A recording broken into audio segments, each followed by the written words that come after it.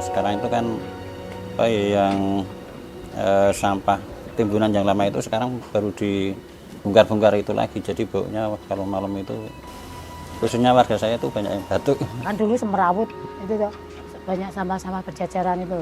Kedepannya itu mau dibuat ya apa TPS 3R itu.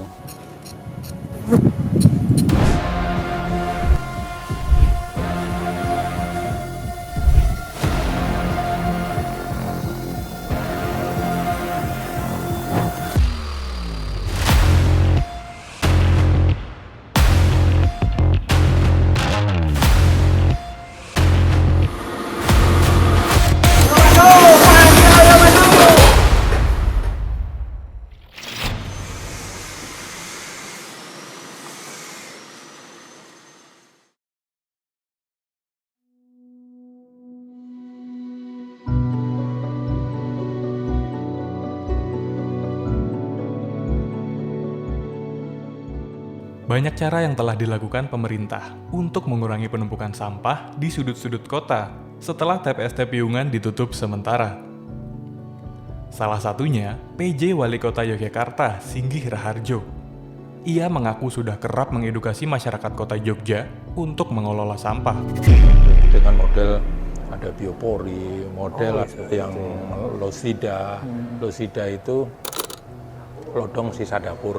Waduh, akronim. Iya, kemudian ada biopori, ada yang penggabungan antara biopori dengan losida, yaitu biolos.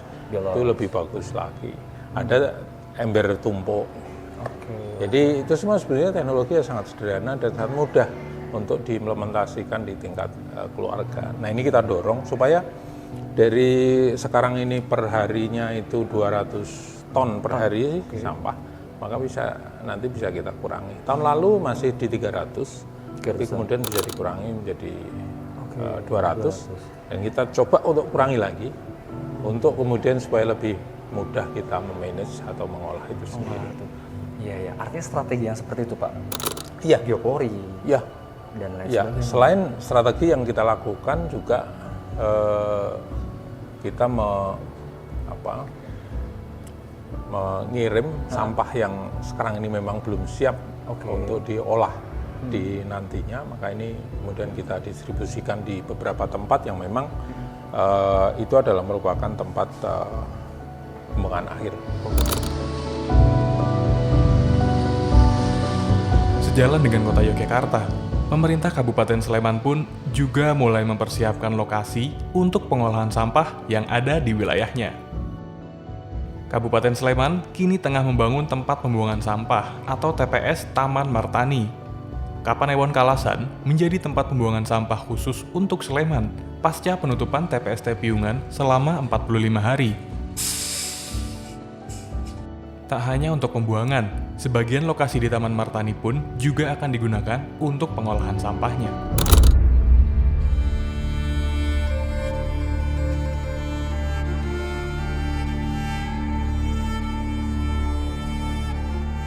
Jadi kalau masalah sampah untuk Sleman, memang saat ini menjadi masalah yang paling utama yang harus kita selesaikan. Karena dari volume sampah sendiri, khususnya SDIY, Sleman ini volume sampahnya setiap harinya paling banyak, sangat besar, sekitar 300 ton per hari. Yang kemarin itu masih bisa kita buang di Piungan, tapi sekarang harus kita kelola sendiri sesuai dengan perintah Bapak Gubernur. Nah, Sleman untuk mengantisipasi dalam waktu dekat ini memang sudah kemarin membuka di Kalasan itu pembuangan sampah sementara yang akan kita perkirakan bisa menampung sekitar 40 sampai 45 hari ke depan. Dengan menunggu lagi pembangunan tempat pengolahan sampah. Jadi memang ada beda. Ini yang perlu kita sampaikan kepada masyarakat. Di Taman Martani Kalasan itu juga kita baru membangun, insya Allah nanti awal tahun ini sudah bisa beroperasi, namanya tempat pengolahan. Tapi waktu dekat ini untuk mengantisipasi sampah agar tidak liar, ini kita gunakan di tempat pembuangan sampah di Taman Martani ini walaupun dengan konsep yang sudah kita rencanakan. dilapisi dengan geomembran, disemprot dengan cairan yang biar tidak bau sehingga tidak menimbulkan pencemaran dan permasalahan bagi warga sekitar.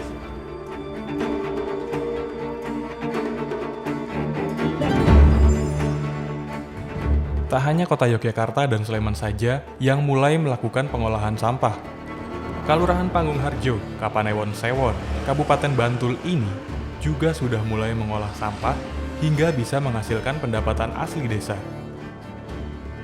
Ya, ada di bawah tangan dingin kepemimpinan Lurah Wahyudi Anggoro Hadi. Kalurahan Panggung Harjo sudah berhasil mengatasi persoalan sampah mereka. Bahkan TPS 3R yang bernama Kupas ini telah mereka rintis sejak tahun 2013 lalu.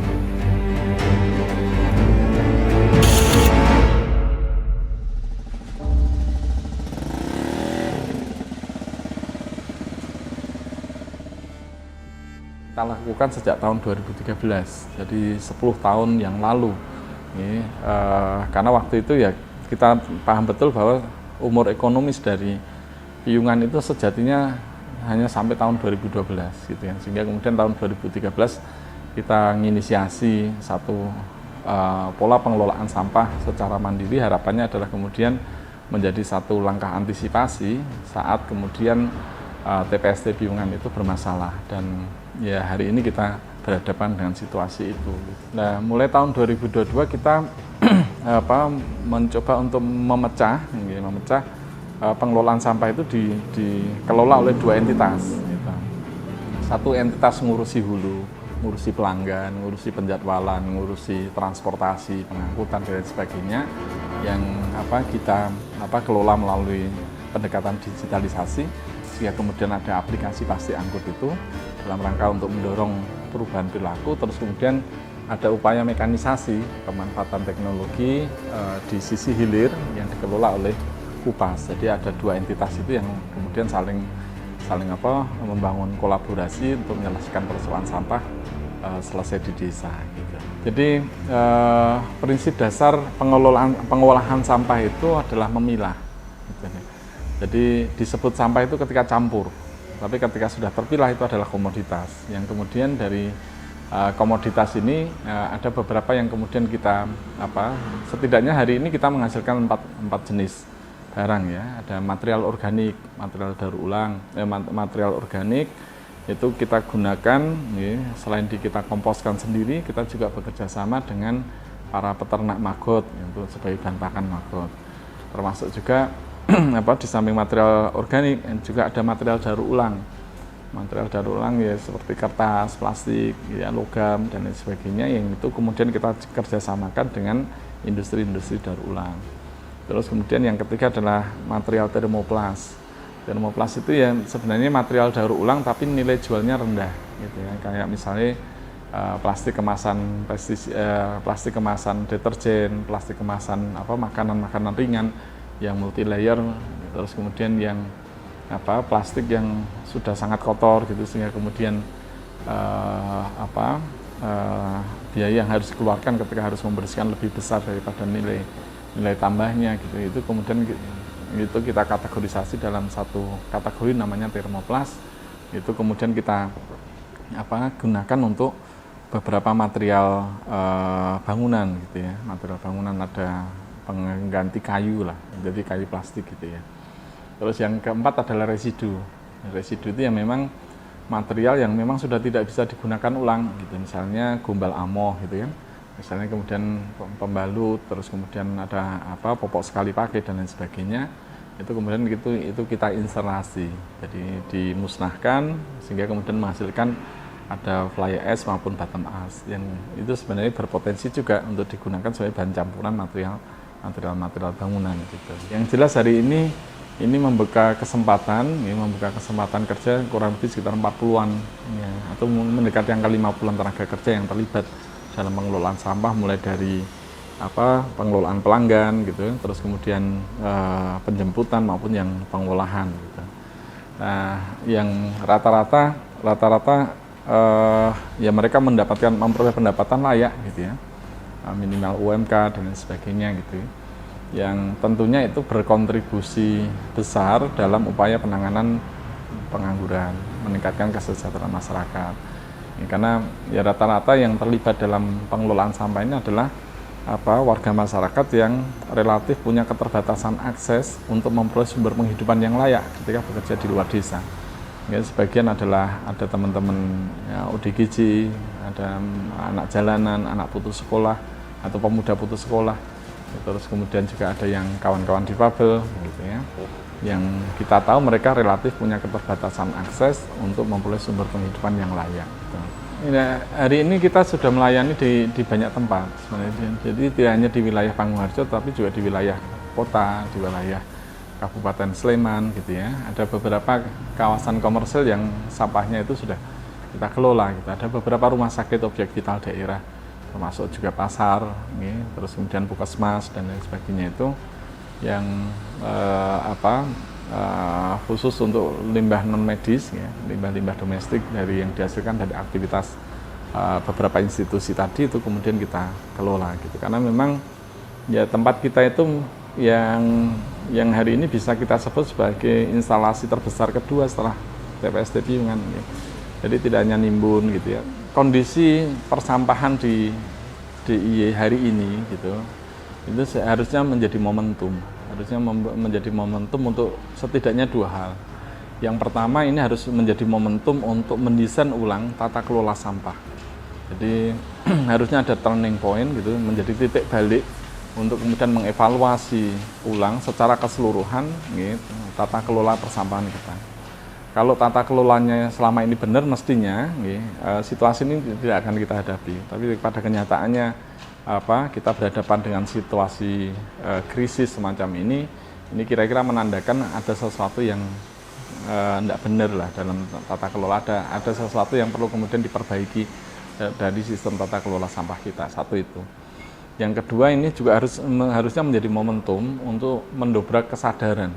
Kesadaran dari masyarakat, kesadaran publik bahwa ya ini menjadi tanggung jawab bersama, tidak hanya semata-mata menjadi tanggung jawab pemerintah. Karena ya prinsip dasarnya urusan sampah itu sebenarnya urusan privat, di mana kemudian setiap warga negara juga harus berkontribusi untuk turut bertanggung jawab atas sampah yang mereka hasilkan, gitu. Nah, karena dalam konteks pengelolaan sampah praktis kita tidak punya pilihan. Kecuali berubah perilakunya. Jadi sebaik apapun teknologi akan dipasang, ketika kemudian perilakunya masih sama saja, kesadarannya masih rendah, pola konsumsinya masih berlebih, gitu ya. Itu ya teknologi itu tidak akan mampu mengimbangi pertumbuhan timbulan sampah yang dihasilkan oleh masyarakat yang punya perilaku semacam itu, gitu. Sehingga ini harus bareng-bareng, gitu ya. Masyarakat juga harus berkontribusi, peran masyarakat menjadi kunci, gitu, untuk bersama-sama melakukan pengelolaan sampah secara lebih bertanggung jawab. Dan sebenarnya tidak susah, gitu ya. Mulai dari memilah, mulai dari mengolah sendiri sampah organik yang memang bisa diolah, gitu. Ada banyak teknologi rumahan yang bisa digunakan, ya, bahkan tidak butuh teknologi kadang-kadang, gitu.